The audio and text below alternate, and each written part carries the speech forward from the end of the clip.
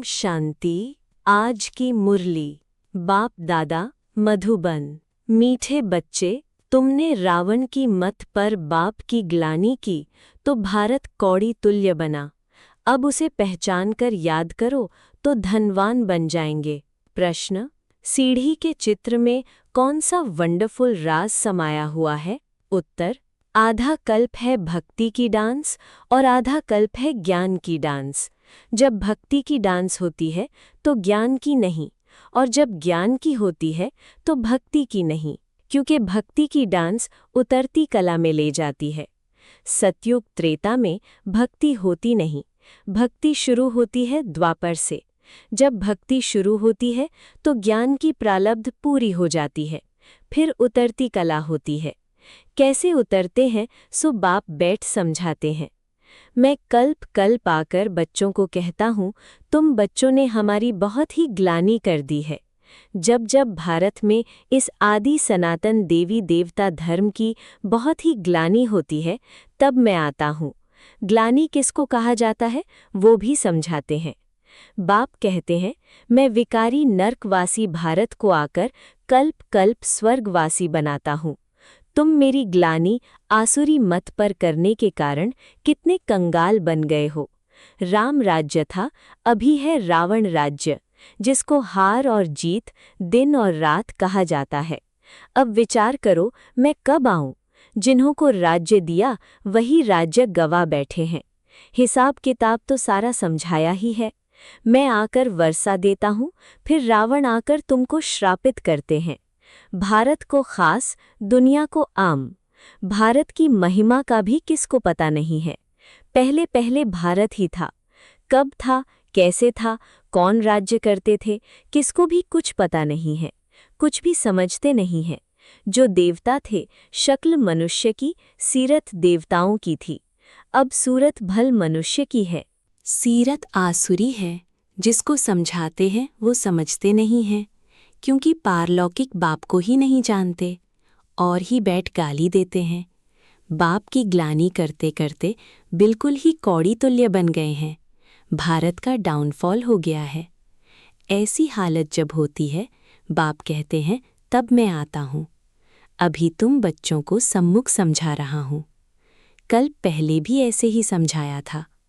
ये दैवी संप्रदाय की स्थापना हो रही है, मनुष्य से देवता बन रहे हैं। मनुष्यों को ये पता ही नहीं है कि बाप कब आते हैं। सतयुग त्रेता में तुम बड़ी खुशी में प्रारब्ध भोगते हो, फिर द्वापर से रावण का श्राप पाते पाते बिल्कुल ही खत्म हो जाते। जैसे देवताएं प्रारब्ध भोगते भोगते त्रेता के अंत में खत्म हो जाते हैं, फिर रावण की आसुरी प्रारब्ध शुरू होती है। भक्ति भी पहले अव्यभिचारी होती है, फिर व्यभिचारी होती है। सीढ़ी ठीक बनी हुई है। हर एक चीज़ सतो प्रधान, सतो रजो तमो बनती है, खाद बढ़ती जाती है। तुम बच्चों को समझाया तो बहुत अच्छी रीति जाता है, परंतु धारणा कम होती है। कोई में तो समझाने का बिल्कुल अक्ल ही नहीं है। कोई अच्छे अनुभवी हैं जिनकी धारणा बड़ी अच्छी होती है। नंबरवार तो होते हैं ना। स्टूडेंट्स एक समान नहीं होते, कुछ न कुछ नंबर ज़रूर रखेंगे। कोई को भी समझाना है बहुत सहज। बाप कहते हैं, मुझे याद करो, मैं तुम्हारा बेहद का बाप, सृष्टि का रचयिता हूँ। मुझे याद करने से तुमको बेहद का वर्षा मिलेगा। याद से ही खाद निकलेगी। सिर्फ ये समझाओ कि तुम भारतवासी सतयुग में सतो प्रधान थे, अभी कलयुग में तमो प्रधान बने हो। आत्मा में खाद पड़ती है। पवित्र होने बगैर कोई वहाँ जा नहीं सकते। नई दुनिया में है ही सतो प्रधान। कपड़ा नया है तो कहेंगे सतो प्रधान, फिर पुराना तमो प्रधान हो जाता है।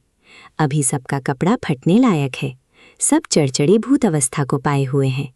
जो विश्व के मालिक थे वही बिल्कुल गरीब बने हैं, फिर उनको ही साहूकार बनना है। इन बातों को मनुष्य नहीं जानते। भारत स्वर्ग था, इन लक्ष्मी नारायण का राज्य था, और सब धर्म वाले तो बाद में आए हैं।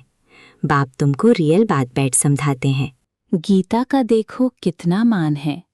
पढ़ते पढ़ते बिल्कुल ही नीचे गिर गए हैं, तब पुकारते हैं, हे पतित पावन आओ।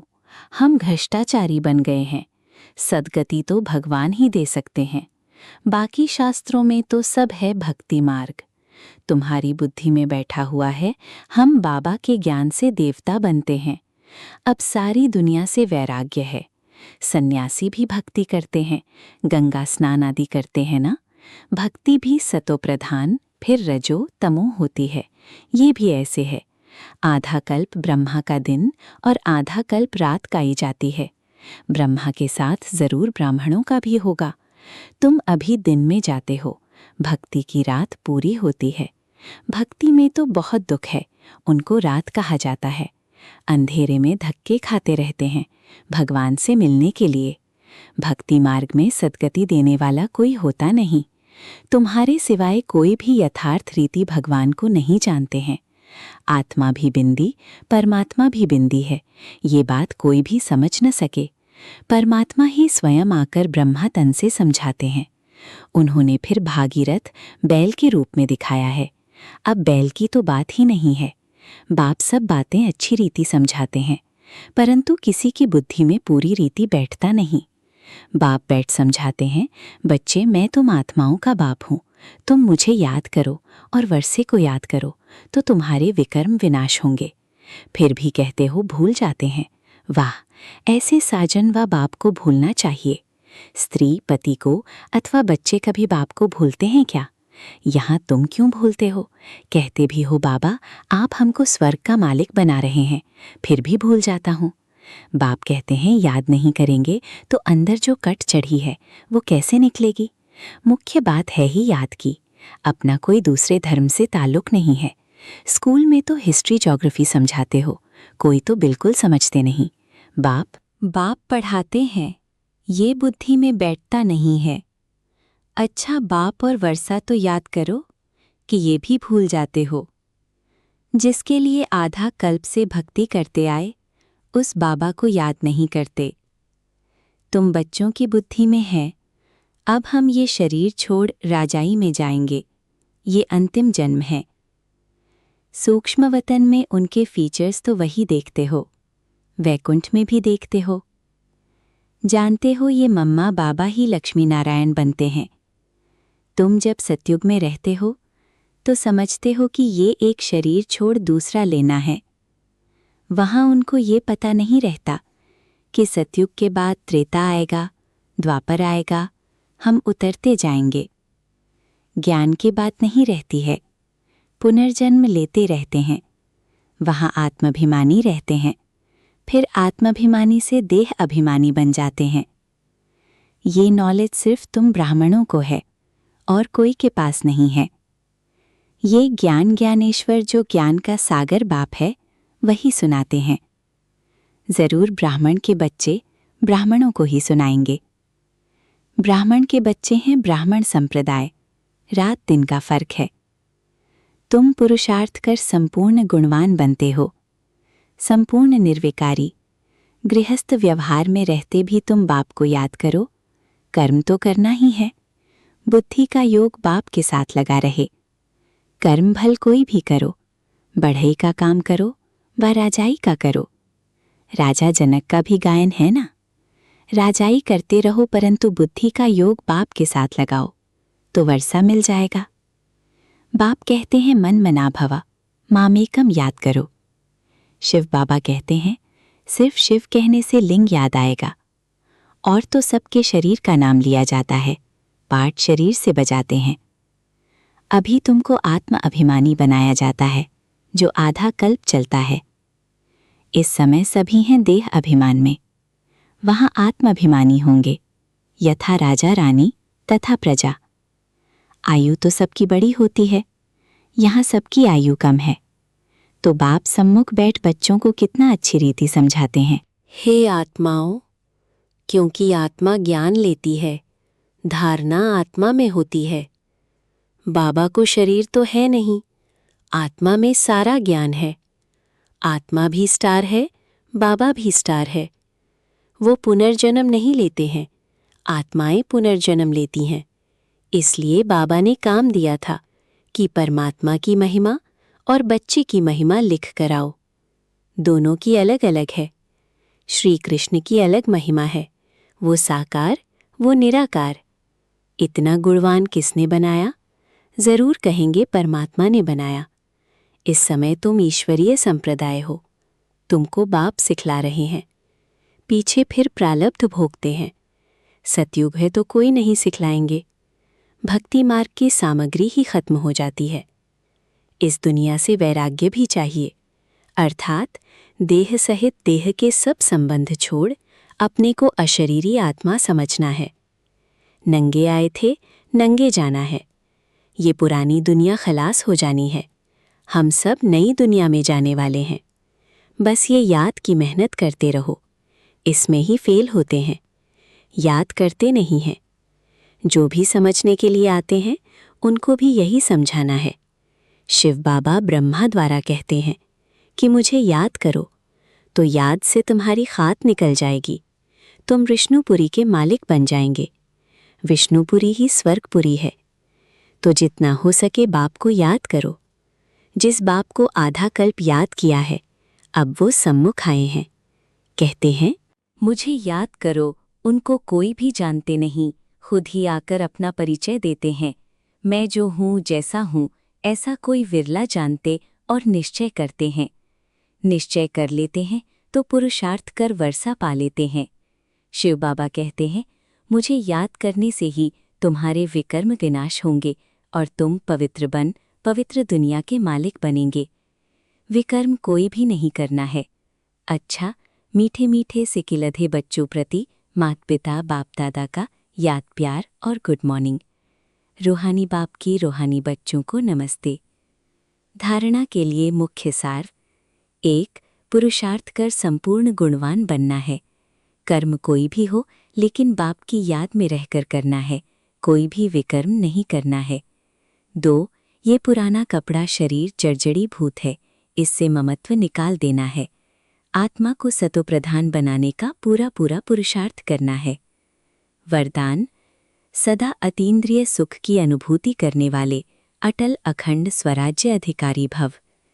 जो बच्चे संगम युग पर अतीन्द्रिय सुख का वर्षा सदाकाल के लिए प्राप्त कर लेते हैं, अर्थात जिनका बाप के विल पर पूरा अधिकार होता है, वे विल पावर वाले होते हैं। उन्हें अटूट अटल अतीन्द्रिय सुख की अनुभूति होती है। ऐसे वारिस अर्थात संपूर्ण वर्षे के अधिकारी ही भविष्य में अटल अखंड स्वराज्य का अधिकार प्राप्त करते हैं। स्लोगन: जहाँ मेरापन आता है वहाँ बुद्धि का फेरा हो जाता है। मातेश्वरी जी के अनमोल महावाक्य: चढ़ती कला और गिरती कला की मुख्य जड़ क्या है? बहुत मनुष्य ये प्रश्न पूछते हैं कि जब इतना पुरुषार्थ कर जीवन मुक्ति पद को पाते हैं तो फिर वहाँ क्या कारण बनता जो हम नीचे गिरते हैं? भल हम कहते हैं कि ये हार और जीत का खेल है।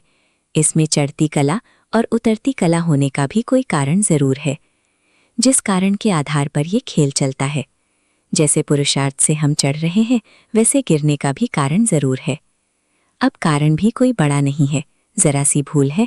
जैसे परमात्मा कहता है मुझे याद करो तो मैं तुमको मुक्ति जीवन मुक्ति पद दूंगा, वैसे ही जब बॉडी कॉन्शियस हो परमात्मा को भूलते हैं तो गिरते हैं, फिर वाम मार्ग में चले जाते हैं, फिर 5 विकारों में फंसने से दुख उठाते हैं। तो ये हुआ अपना दोष, न कि रचता का दोष है। जो लोग कहते हैं दुख सुख परमात्मा ही देता है, ये कहना बिल्कुल रॉन्ग है। बाबा सुख रचता है, न कि दुख रचता। बाकी हम श्रेष्ठ कर्म से सुख उठाते हैं और भ्रष्ट कर्म से दुख भोगते हैं। बाकी अच्छे कर्म का फल और बुरे कर्मों का दंड परमात्मा द्वारा अवश्य मिलता है। परंतु ऐसे नहीं कहेंगे कि सुख दुख दोनों परमात्मा देता है। नहीं, परमात्मा तो चढ़ती कला में हमारे साथ है, बाकी गिराने वाली माया है। कॉमन रीति में भी कोई साथ अथवा मदद लेते हैं सुख के लिए, बाकी दुख उठाने के लिए कोई किसका साथ नहीं लेते। बाकी तो जैसा जैसा कर्म वैसा वैसा फल की रिजल्ट। तो इस ड्रामा के अंदर दुख सुख का खेल अपने कर्मों के ऊपर बना हुआ है, परंतु तुच्छ बुद्धि मनुष्य इस राज को नहीं जानते। अच्छा, ओम शांति। ये अव्यक्त इशारे सदा अचल अडोल एक रस स्थिति का अनुभव करो। समय प्रमाण अब सदा अचल अडोल सर्व खजानों से संपन्न रहो। थोड़ा भी डगमग हुए तो सर्व खजानों का अनुभव नहीं होगा। बाप द्वारा मिले हुए खजानों को सदा कायम रखने का साधन है सदा अचल अडोल रहना। अचल रहने से सदा ही खुशी की अनुभूति होती रहेगी। जैसे विनाशी धन, नाम, मान, शान, कुर्सी आदि मिलती है तो खुशी होती है ना। ये तो अविनाशी खुशी है, लेकिन ये खुशी उसे रहेगी जो अचल अडोल एक रस स्थिति में